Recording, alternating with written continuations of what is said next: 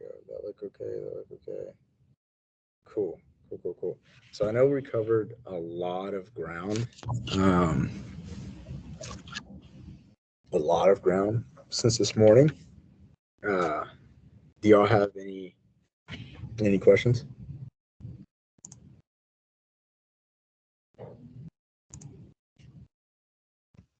Um, I don't think I have any questions besides what I told you about, beginner stuff. Sweet. So let's break it down. Let me go ahead and share my screen.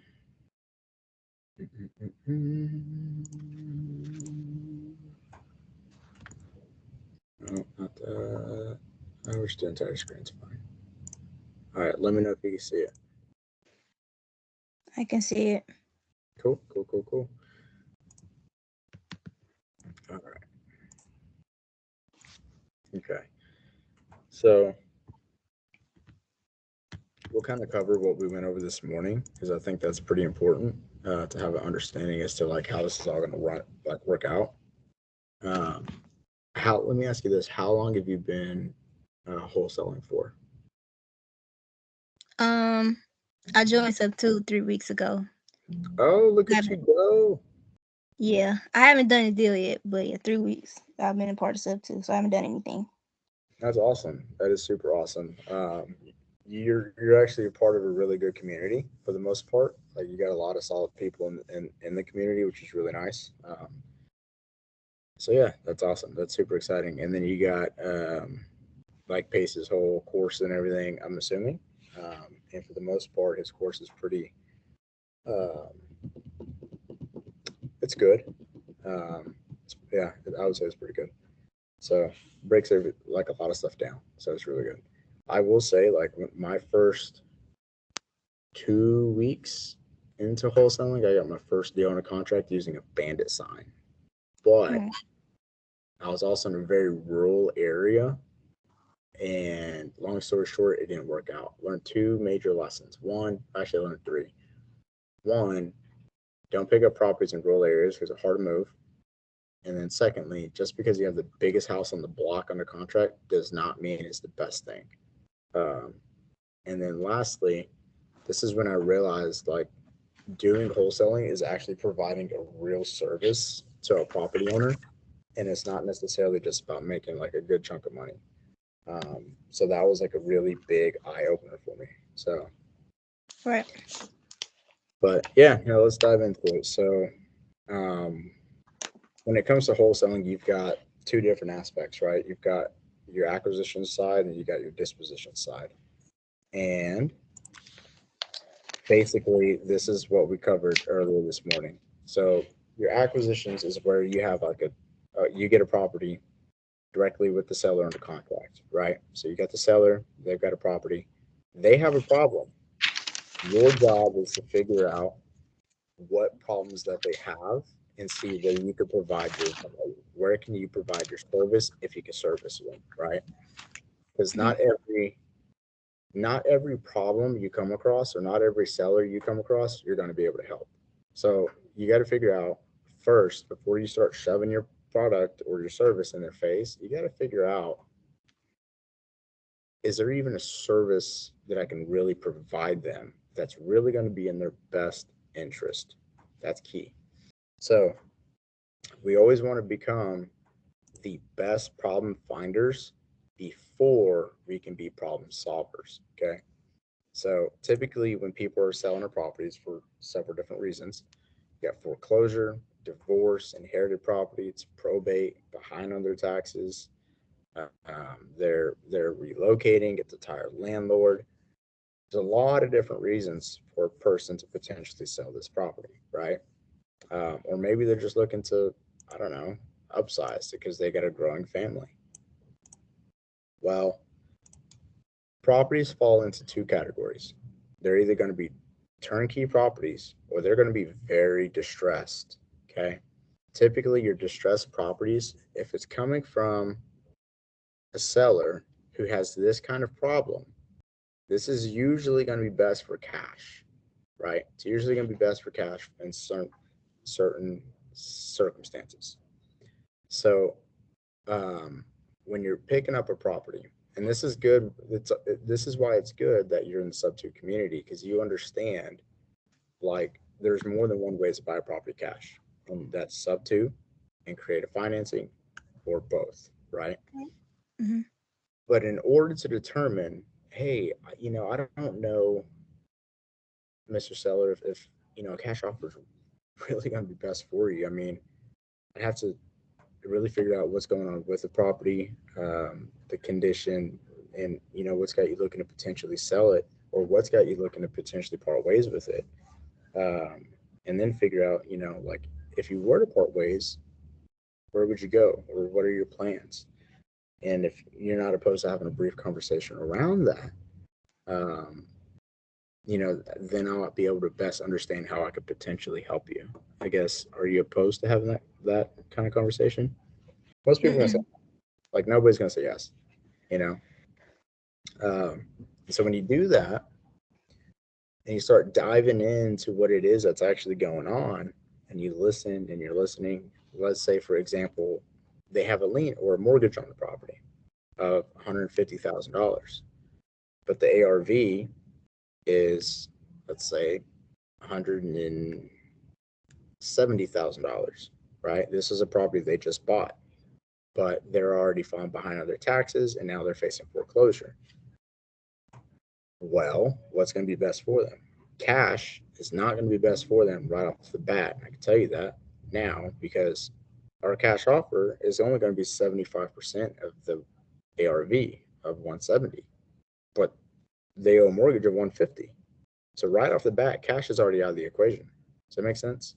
Yeah, would it be subject to? Yeah. Yeah. Sub two would probably be in their very best interest. So it's like, look, Mr. Seller, after everything you and I have talked about, um, I don't think cash really is going to be best for you. At the end of the day, what's really going to be best, even if you were to sell this traditionally, it's still not going to, you know, put you in the position you need to be put in, because it's going to take at least 30, or not 30, I would say 40, because the average days on market right now in Dallas are 41 days. It's going to take you at least 41 to 60 days just for this property to close, and your auction date is coming up. So Mm. you don't have time to play with it like that. So, in your best interest, honestly, what I would recommend doing, and I don't even know if I'm really a good fit for you, but if I were in your position, I would sell your property subject to the mortgage being in place. So, what that means is I would sell it to another individual to come in and essentially, one, pick up your arrears, which means they'll provide the cash up front to cover how much you owe on your taxes, so you're all caught up on your mortgage. Two, give you a little bit of cash in your pocket, so cash to you. And then three, have them just take over the mortgage payment for the next, I don't know, X amount of years, right? So that's where you can break it down and really kind of explain to them the benefits and the pros of a sub two, doing a sub two, and also the cons of doing a sub two. But you break it all down. So cash, for the most part, it doesn't work for everybody, but it does work for a lot of people. So it just depends on their overall situation, and that's where it comes down to, like, being the best problem solver you could be before being a problem finder. Does that make sense? Yeah. Perfect. So yeah, that was a tangent. Sorry. Now let's say we got the property under contract with the seller. Okay, this is Hmm. us. This is my Yeah. That's us. Seller, their home. We get it under contract using a PSA.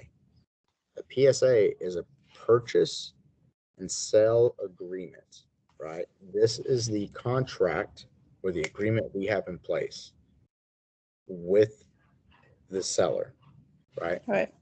And the reason it's so important to have a PSA is because now it gives us equitable interest in that property, right? This allows us to do whatever we would like for the most part with the property, as far as marketing it or assigning it. It gives us equitable interest in the property. Now, when we get the seller to agree and we get our contract back, the very next step is to open escrow on it.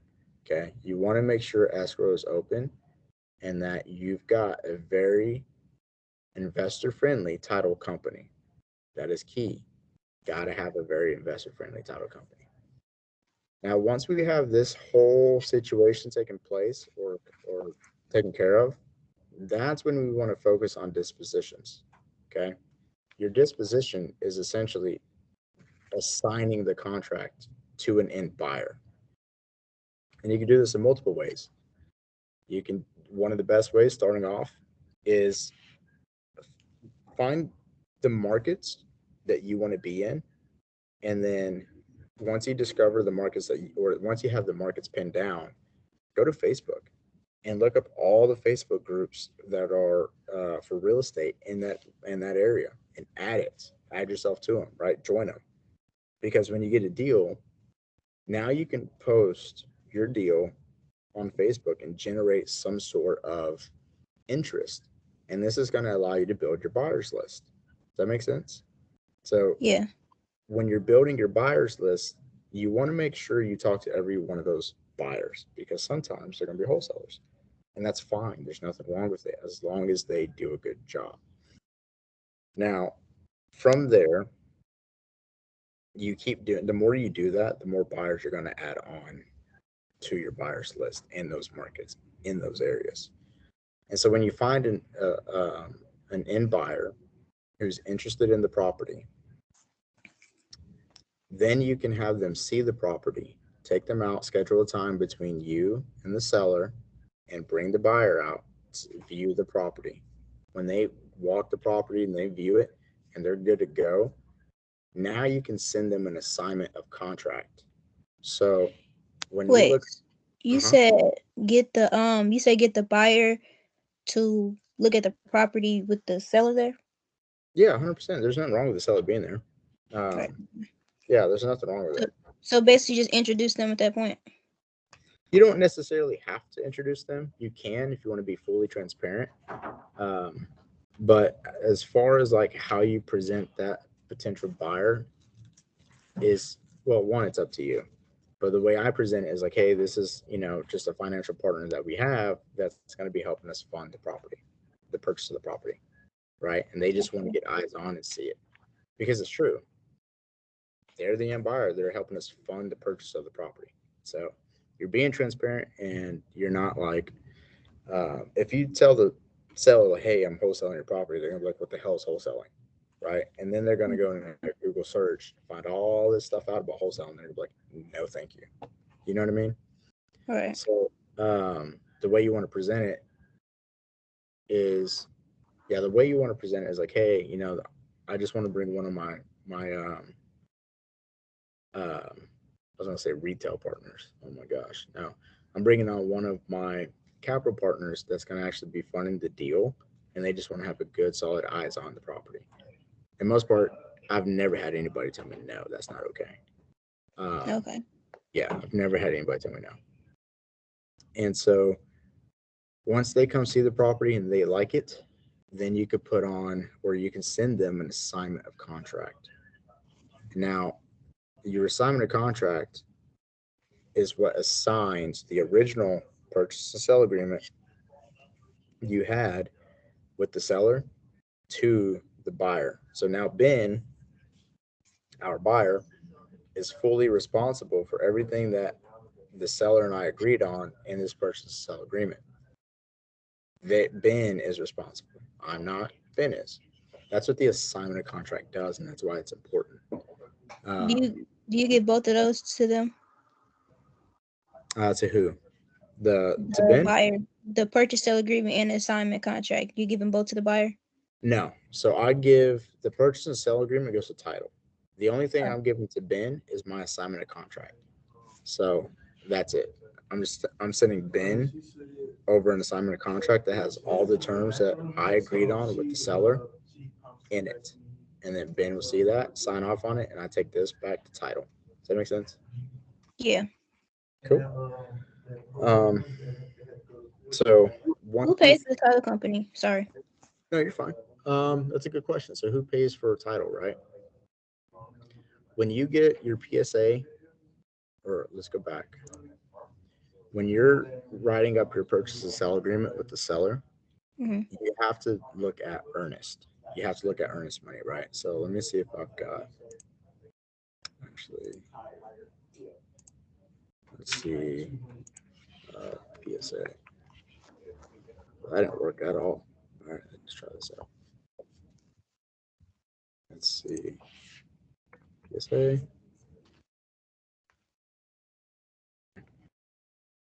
So this is the purchase and sell agreement. Oh, it's not going to load. Damn it. That I use. Yeah, it's not going to load. Let me see if I can do. No, it's not going to work either. Do I get Trek?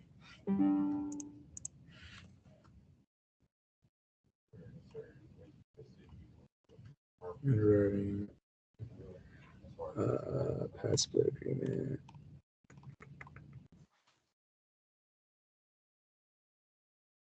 There's a JV payment. Damn, I don't have Trek on here. What the heck? Okay, so we'll do this. Actually, I can't. Darn it. I don't know what I can do. Trek contract. All right, let's go contracts 1 to 4.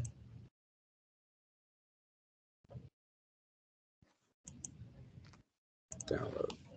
Sweet. So this is a TREC contract, Texas Real Estate and Commission contract, that was created by a board, a real estate board of attorneys here in Texas that most agents here in Texas will use. And on here, paragraph 5, you've got earnest money and termination option. So right here is where you would put your escrow agent that you're working with, the location of the office that they're at, and then here is where you put your earnest amount. So earnest in this case is $100, and you can do $50 for an option fee, right? That's kind of what that looks like. Let me zoom in so you can see a little bit better. There we go. So you can do $100 earnest if it's direct to seller, but if you're doing agent outreach to pick up properties from agents, then you're typically going to look at about 1% for earnest money. Just about every agent is going to want to see at least 1%. The reason for it is because your earnest money is, the more you put down for earnest, the more skin in the game that you have, right? So it's the more serious somebody's going to take you when putting money down. But when I do like direct to seller, I do $100, $100 for earnest, $50 for option, call it a day. So all in all, my total expense is $150. Now, when I send out a joint, well, not a joint venture, but when I send out an assignment of contract, then on my assignment of contract, my earnest money deposit is $5,000 and it's non-refundable. Okay. So what that means is the buyer is expected to put up, and it's negotiable, but the buyer is expected to put up $5K. And if for whatever reason they break the contract or they don't perform on their end and they're in default and they decide to like back out very last minute, I keep their money. I keep that $5,000 deposit. Does that make sense? Yeah, but that's not the wholesale. Is that the wholesale fee? No. That's just for earnest money. And this allows me, if they were to default and they backed out, I keep the $5,000, and this allows me to push this property back out to another buyer and do the exact same process. So if I were to find another buyer in the time of closing and we closed on it, and I made originally like a 10K assignment fee, then really I made about 15,000. Does that make sense? Yeah. So that $150 before, that's going to the title company? Yeah. So this, oops. So on not just on this contract, but on any contract that you create, whether it's a TREC contract or you create your own PSA, you create your own purchase and sell agreement. Mm-hmm. When you tag on earnest money, for example, this contract is very particular.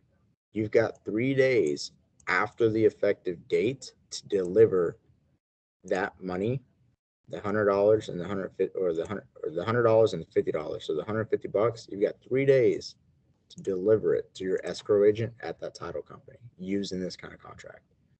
So, So if you don't, it says the buyer must deliver. So if you have 3 days and you don't necessarily find a buyer, you open escrow, you don't find a buyer within 3 days, who's that up to pay for? yeah, so this this here Hypothetically.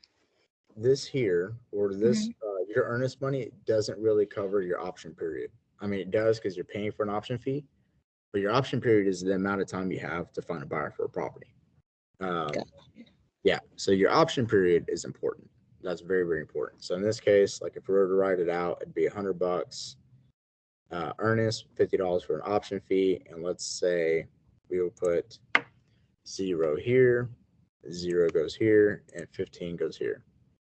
So I'm paying per contract $50 for a 15-day option, right? Now this $50 is not a part necessarily of the earnest money. This is just your option fee. This is the amount you're paying for an option period. So if you terminate this contract, this $50 does forfeit to the seller. The seller keeps the $50. But if you terminate the contract within the 15 days, you get your $100 back.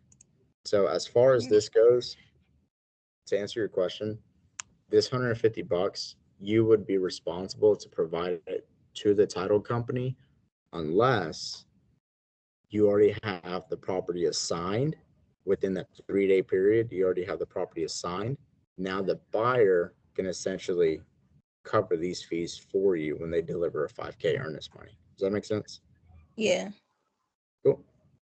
But yeah, the 15-day option is the amount of time you have to do your full due diligence on the property.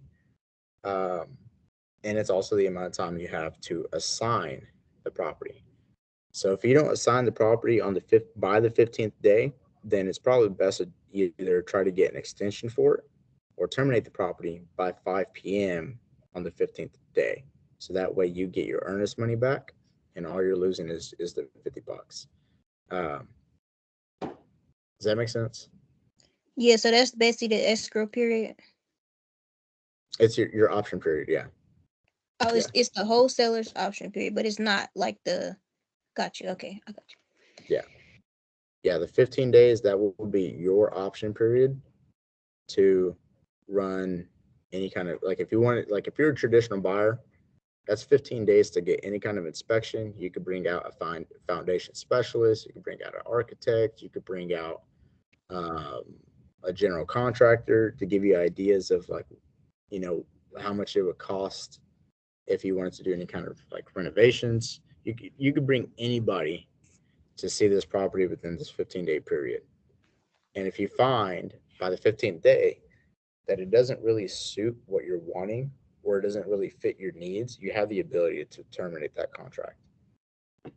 But your Okay. your option period as a wholesaler is essentially the amount of time you have to find a buyer for the property. If you cannot find a buyer within that 15-day period, your contingencies to terminate that contract are very limited. That's your option period is probably one of the biggest contingencies you've got. And there's about 18 contingencies you can use on a Trek contract, but your option period is the biggest one. Okay. And let's see. So, yep. So that's pretty much everything that we covered in the first training this morning. One thing I did miss is to have this clause on your purchase and sell agreements because it's very important. Let's do 3. So when we're writing up a contract using it, doesn't matter if it's Trek or your own PSA, you want to make sure that that contract is assignable. So in this case, you can say like Blue Sky LLC. That's your company name, and or assigns. That clause, the and or assigns, is very important because now this contract is assignable. Without that clause being in there, either here or in special provisions, this contract is not assignable. You won't be able to sign it. You would have to double close it. So having that clause is very important to have. Let's see. Does that make sense? Yeah. Okay. Yeah, so that's pretty much everything that we had covered earlier. Um, yeah, that's just about everything that we had covered earlier. And then the last thing we want to focus on is, okay, once we have an end buyer, Ben agrees to our terms. Ben agrees to, let's say, I want to say, I think our MAO on this number will run it. So if we're looking at $200,000 for the ARV and we multiply that by the 0.75, that brings us to 150. Take off 65,000 for repairs. That puts our MAO at $85,000. So if Ben agrees to 75,000, or I'm sorry, if Ben agrees to 85,000 and we have it under contract at 75,000, we just made a 10K assignment. Does that make sense? Because you included the assignment fee when you calculated that. So let's do, darn it. There we go. Let's do asking. Let's go here. Let's do MAO. For MAO is 85,000. Okay. Yeah, so MAO is 85K. Actually, this isn't asking. This is going to be offer. So is this like a write up for a post? I see you said things to consider on your post. Yeah. So yeah, when you're actually, okay, yeah. So when you're writing things on a post, this right here would be your asking. That would be your asking amount, and then this number here wouldn't be on it. So you want to show the ARV, $200,000. You're asking for 85,000, and the repair amount is 65,000. If you wanted to get fancy with it, you could include this, but for the most part, you really don't have to. And then you want to have photos, property address, and that's pretty much it when you're writing up a post, or even when you're sending it out to your buyers via email or text message, whichever works best for you. But when we're looking at it as a deal,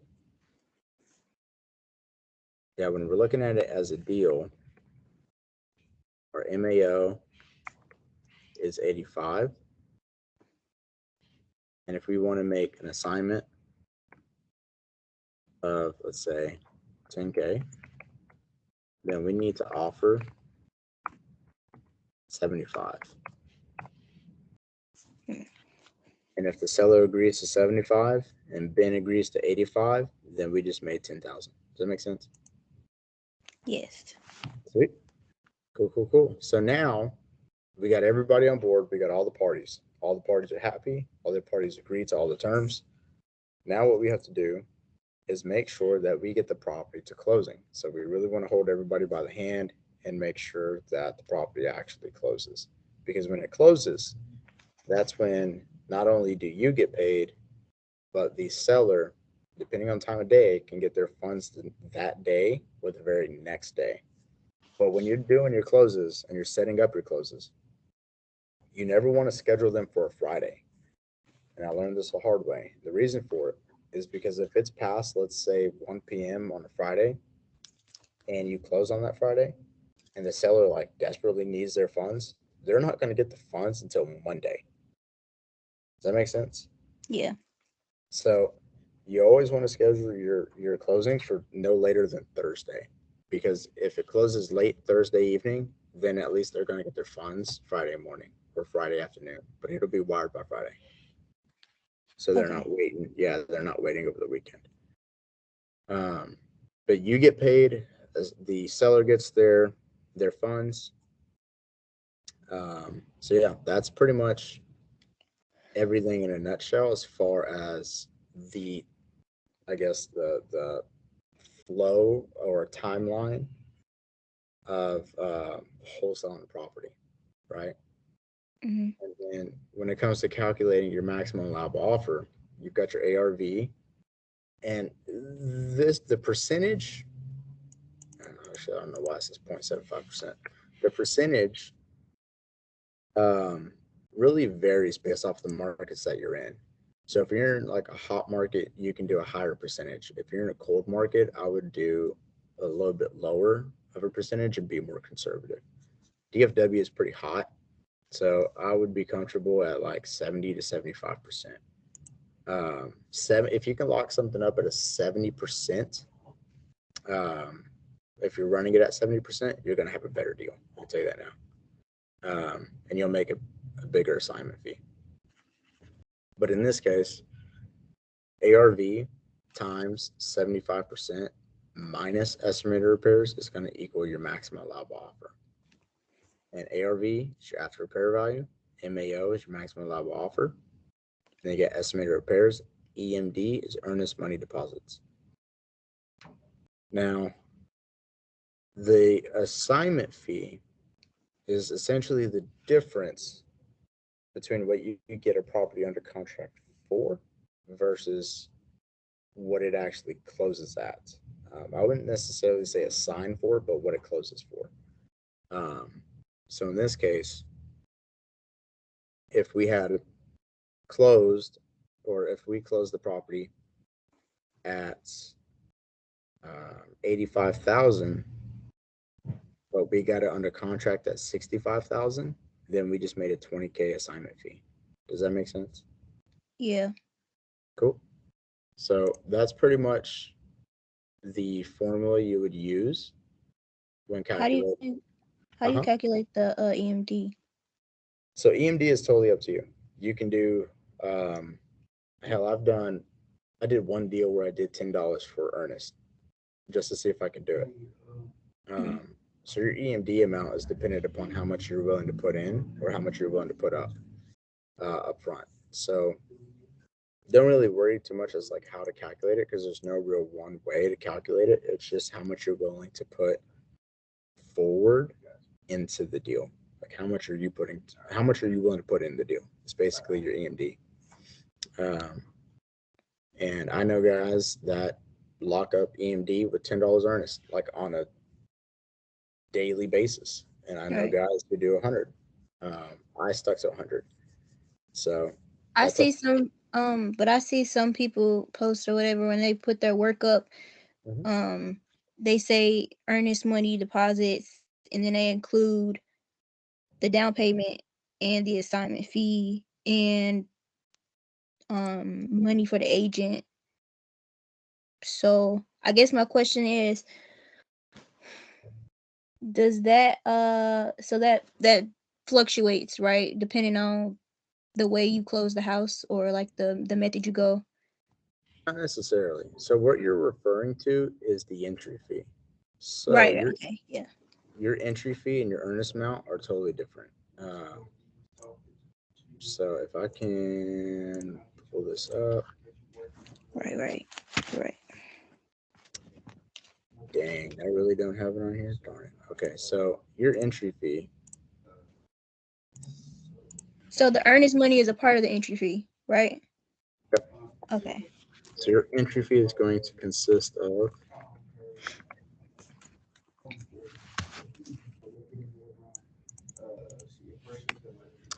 earnest or EMD.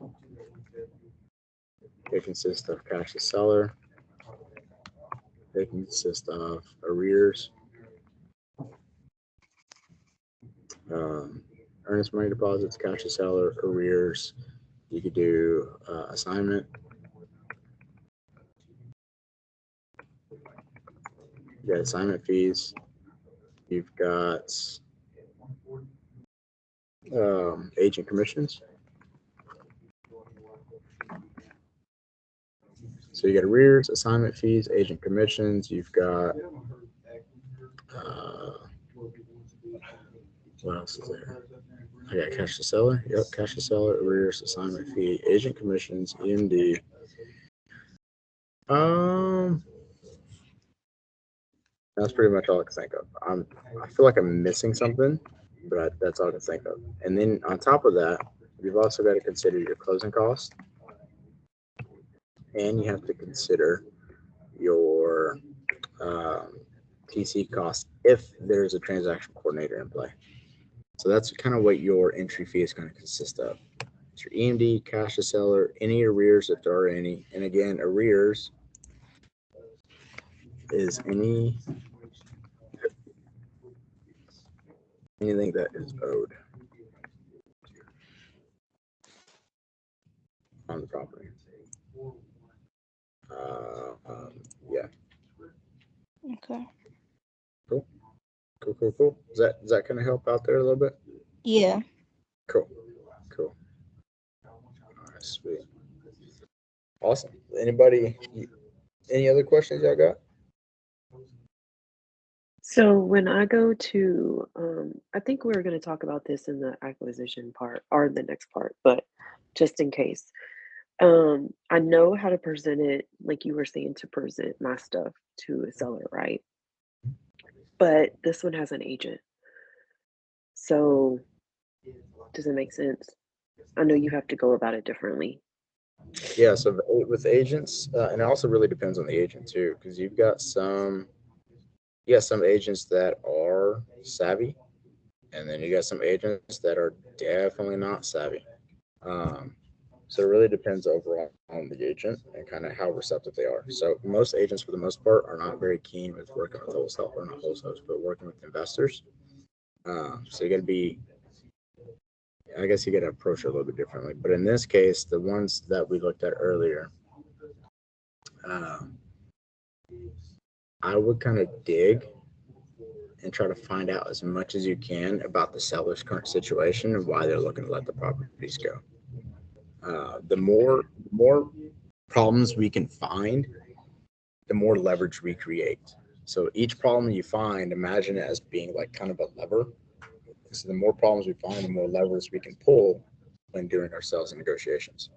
It just allows us to have more leverage. Um, so because it's like, man, you've got all these problems. Well, I can solve all these problems, right?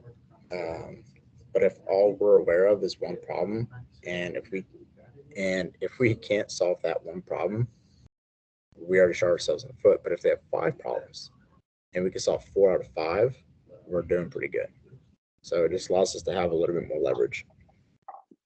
And then don't it too, it help us if we're like willing to take all of them, like buying the whole portfolio? Let's say again. Um, I said, doesn't it kind of work in our favor as to if we're wanting to buy the whole portfolio, as to somebody who's just wanting to buy like one of them? It depends. It depends on the seller's needs. So it really kind of falls back on what it is that they're needing. If they need to sell quickly and they're ready to just let these all go, then absolutely picking them up as a portfolio is going to be more beneficial. And it's not like we're picking them up as a portfolio on a discount, because we're not. We ran every single one of these properties individually. So even if they Right. wanted to sell individually, we could still offer individual or make individual offers on the properties. Um, so it just really depends on kind of like what they got going on and what their goals are at the end of the day. Um, let's see what else. What else can I think of? Yeah, yeah. So, but when talking with the agent, you could be a little bit more direct for the most part. But if you're able to build, and you do a really good job of this, if you're able to build rapport with that agent or any agent in general, it's always going to put your foot off in the right start. Or yeah, I think I said that right. Um, and so yeah, it'll be a little bit more helpful, especially if you're coming in and like your whole mentality and approach is based off of the service that you could potentially provide, right? Okay. Instead of coming in and like, hey, this is where we're going to be at for all these properties, and leave it as is, because that's never going to be good for building rapport or trust with the agent. But if you come in, like if I gave you a call, so like, hey, Savannah, I know when we talked a little bit about these properties, you kind of gave me the characteristics on it. Um, I guess like the properties aside, what's got the seller looking to possibly like part ways with it? I guess now though, right? Um, and you also want to get a real good feel for the agent you're working with. So every agent has a fiduciary duty to their client, and a lot of agents take it very, very seriously, and they should. Um, but I think they take it a little too far extreme to where they're not really providing the best service. Um, so the whole point of your fiduciary duties is to keep the interest of your client before your own, right? And so most agents, for whatever reason, have the idea that in doing that, that means getting them the highest and best offer, right? But sometimes it may really not be the case because, for example, if I sold my house right now and I listed it with an agent, that agent is not going to be able to bring me any kind of offer I could take action on because um, I don't have enough equity in the property, and basically I would have to bring cash to close. So any kind of offer, whether it's cash or traditional, is not going to be in my best interest because I have to bring cash to the closing table to close my damn property. So in that case, in my best interest, selling the property subject to the mortgage in place is going to be best. And putting cash in my pocket to get into the next property, that's my best interest. But you have a lot of agents who don't know any better and they let the property sit 60, 80, 100 days on market. So that's also something to like really be or really kind of think about. I've had a lot of them shoot me down because they don't know about it, and they say, "Oh, it's a scam." It's not a scam. I mean, it's been around for hundreds of years, but yeah, and it's funny because some of them, I mean, like some of them, I'm able to educate about it, and then they're open to it, and they're like, "Hey, we'll work for this property, but if I have something else come along, I'll let you know." But some of them, they just immediately shut it down and don't even want to learn about it. Yeah, 100%. I have one very similar to you. I had an agent tell me that it was a scam as well. And my rebuttal to it was like, well, that's really interesting to think about because I'm looking at my VA closing docs right now. On the back of it, it's literally telling me how to do exactly what I'm telling you. So it doesn't really sound like a scam to me if they're telling me that I can do this. I tell them all the time, I'm like, it's 100% legal. I said, all you have to do is look at the HUD guidelines and it's right there. It tells you it's right there. And they're like, if it was legal, then the banks wouldn't call their due on sale. I said, that's the bank's rules. That's not the actual like legal rules of it. Mm-hmm. That's something that the bank has come up with, and there's ways to get around that anyway. Yeah. So at the end of the day, like the likelihood of getting a due on sale clause like pulled is very, very slim because at the end of the day, all these lenders and banks care about is getting their money. So as long as they're able to get their monthly payments as they should be, all they care about. So, I mean, very rarely have I seen or heard any cases where a due on sale clause was pulled and it was needed. But yeah, it is part of the risk. It's true, but it's just very rare. It's kind of like a unicorn. Yeah. Almost impossible. So, but yeah, do y'all have anything else? Mm-mm. Are you The good? only You good? thing I need to learn is comp and multis. So I know we're gonna have to get into that on a different day or whatever, but Yeah. So, question: when you say comp and multifamily, are you referring to like duplexes, triplexes, quadplexes, yeah. or yeah? Because it's a different So ball. like, Uh-huh. right, because like one of the emails I sent you, sorry, it has, I think I have like 4 or 5 on there. Oh, it's a sixplex. Well, not that one, but that one's on there, but then there's like 2 duplexes and one's a quad. Okay. But there's nothing like in the area to do it. So it's kind of, yeah. So those are a little bit tough for the most part. It's harder to comp those out because they're a little bit more. Um,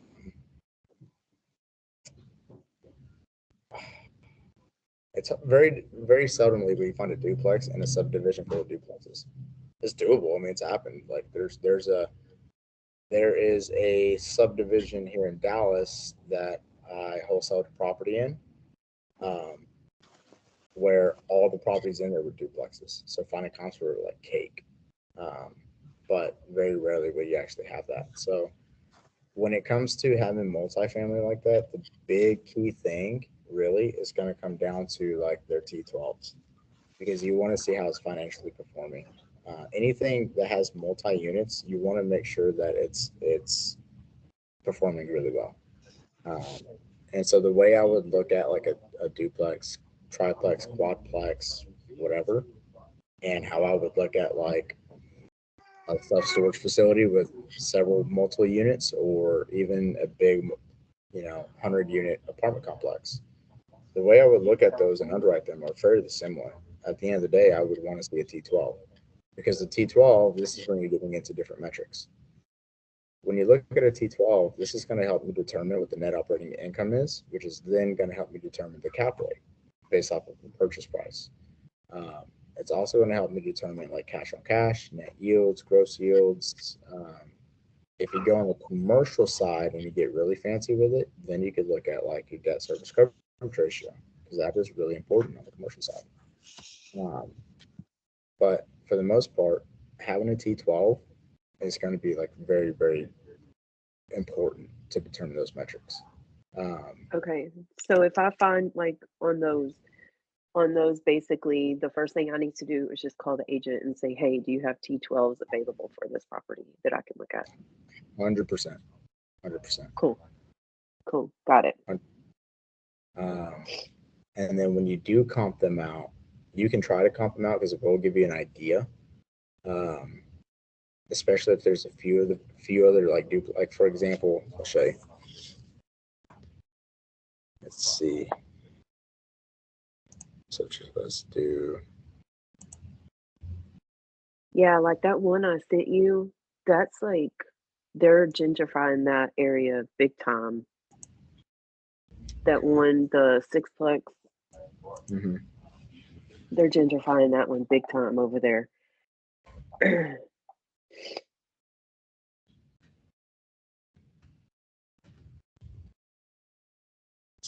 7 now. Damn, I can never remember this address. 1715. Let's try. Let's try that. Shit. No, it's not. Where's Wellcrest at? That's East Mountain Lane. I don't care about those too well. That's 5. Okay. So. Alright, so that's 7.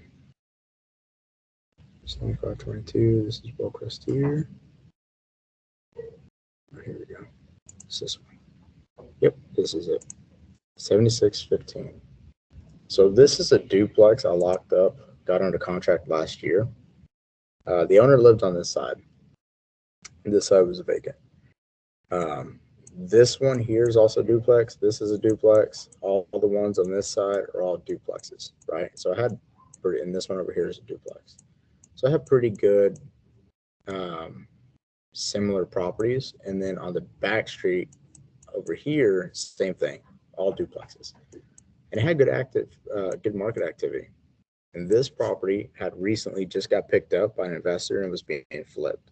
So that gave me an idea as to where an investor was going to come in at. And then there's another property that sold on this other side that sold for $405,000 per side, or $450,000 per side.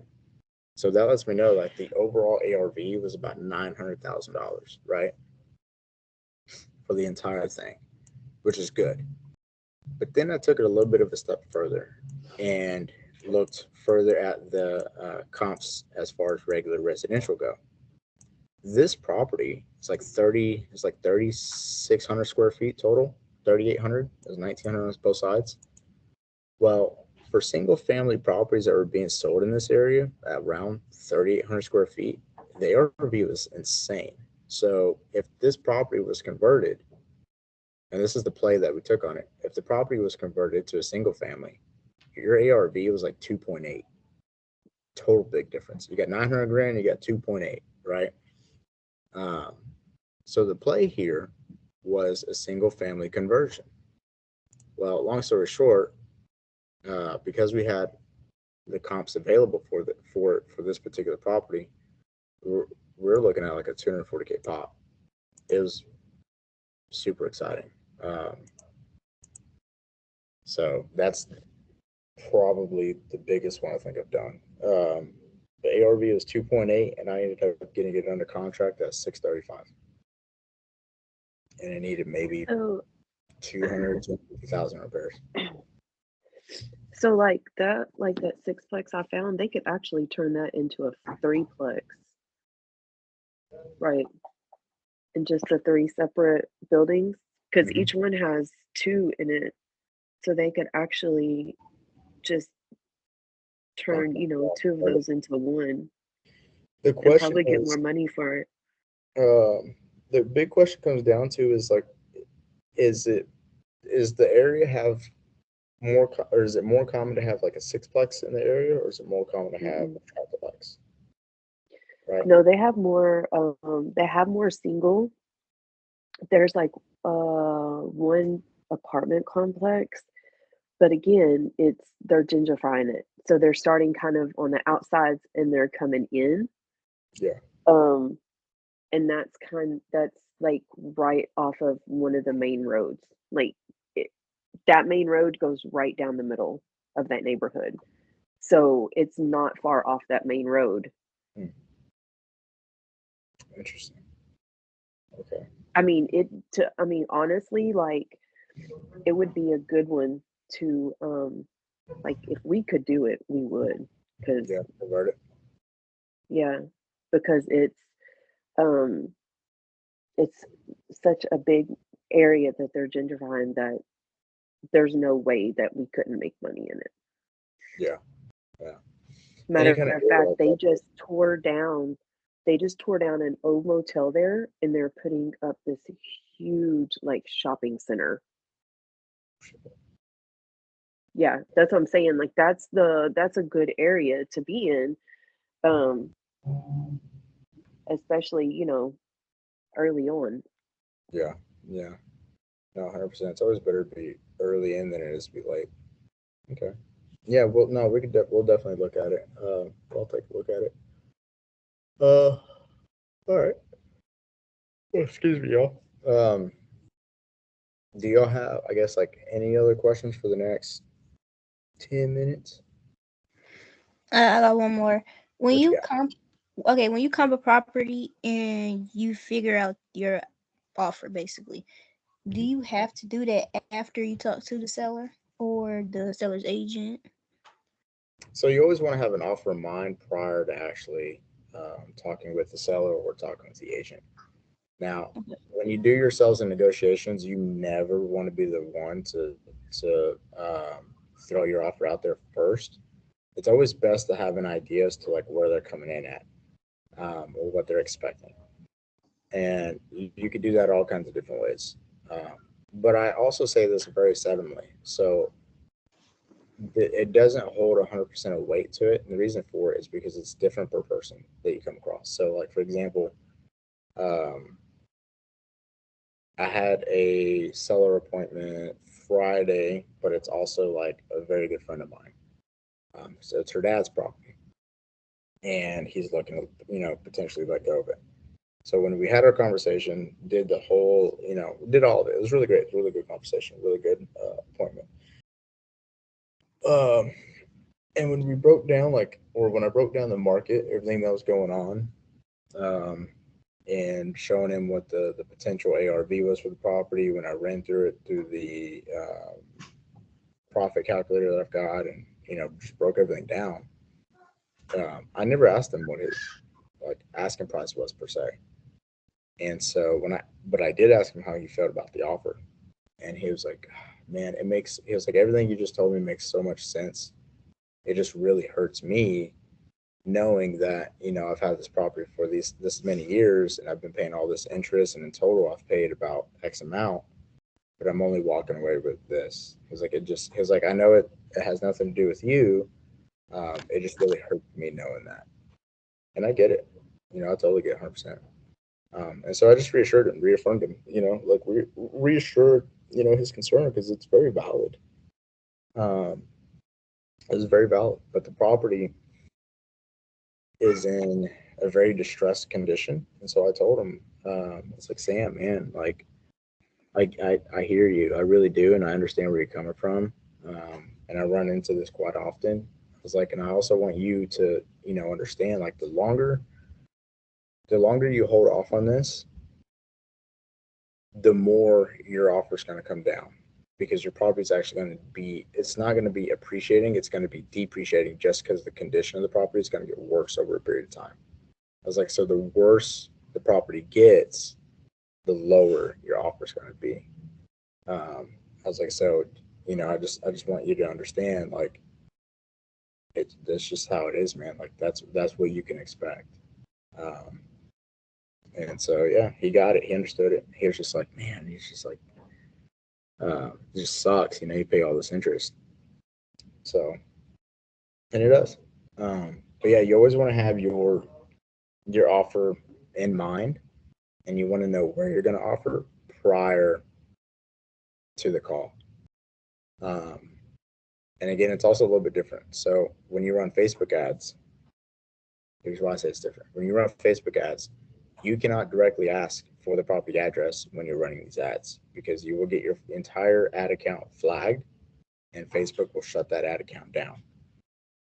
And you'll never be able to open up another ad account. So you can't ask for the property address. So when you're taking these phone calls from Facebook leads, you don't have a property to run. You have no idea what the address is. So in that case, you would have to call them, call the sellers, call your leads, find out what the property address is, and just run it with them while you have it on the phone, while you're gathering information about the property and why they're looking to potentially part ways with the property. Does that make sense? Yeah. Cool. Cool. Anything else, y'all? When so is the next time just comp and practice? Will the next time be next Monday? Yeah. Okay. Yeah, it'll be Monday. I can't really think of, so when it comes to comping, comping is like working out. The more you do it, the better you're going to get, the stronger you're going to get at it. So it's there's a very famous quote by Bruce Lee, and he says, "I don't fear the man who does 1,000 different kicks a day. I fear the man who does one kick 1,000 times a day." So the more you do this, the more you comp a property, the stronger you're going to get, the stronger your evaluations are going to get, the better your judgment's going to get, your discernment's going to get better. And as a byproduct, naturally, your overall deal structure will look a whole lot better as well. But it just comes with repetition. That's the point I'm getting at. It just comes with a lot of repetition, a lot of practice. So. Okay. Yep. So a good exercise is to find a property on Zillow and comp it out. See what kind of comps you can pull based off the criteria that we've talked about. And just try to figure out, like, what would be the best range that we could realistically list the property at to where it would move. So, does that make sense? Yeah. Cool. And you'll get better over time. Don't worry. You'll get better over time. So, all right. Sweet. All right, y'all. I'm going to take a break for a little bit. I got about 15 minutes before hopping on to the next one. And then, yeah, if y'all hop on there, I'll see y'all there. Later, y'all.